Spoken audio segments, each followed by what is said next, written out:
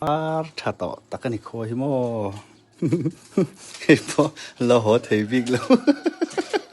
mình lấy vào pui chắc cái này mình lấy vào chiang thế này cô mình bazar turun chuột đấy ta Dindini valin kan flavor. Kan sun le ani. cầm phăng thay lâu đinh đinh bawihte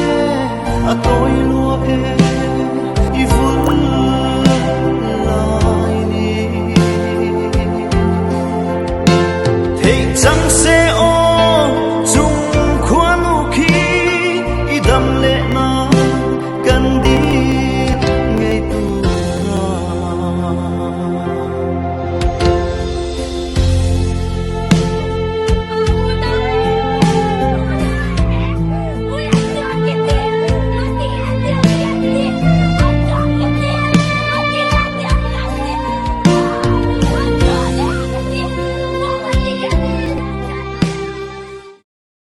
Ole kan muta ang khan hei Dindini pualin August ni som sang ni som ni paruk ni zana khan bi ke le thiante tleivar thakin Dindini pualin video an buat saya arau pui ka til he maya zanin ani som pakhat zana hian an video te ron ti chu ani dona an video hi mu nom view tura a mu nom zong pon mu nom view tura kan ngaya achan chu Dindini damlai lim thlate an ron tilang dona tam thayang ber Dindini lim thla a video han ron lang dona bk namte official channel a khanin zanin dari ta hen en thein om dona ni zoram mi puite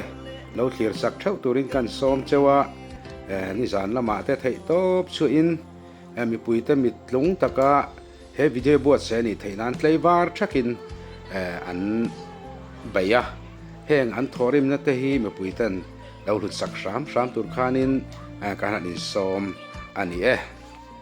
don chan che dar khat le chan ve bel ta an zai don ve chan chiang e o darli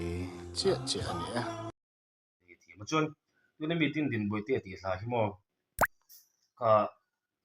keyboard nan chawai ron sak rel kha le pon ka lo ngai thla voi khat mai ka ngai thla lo ania an dan ka ti khop mai sa thiam box sia tu na a video in boss he tu ri alom om mi pon ngai thla cha kan ka renga he mi la i phuah dan hi mo ka hre chiang cha atira ne kha chiat o cái po lo hot thấy big lo mình lấy vào pui chắc cái này mình lấy vào chiang thế này cô mình bazar turun chuột đấy ta Dindini valin kan flavor.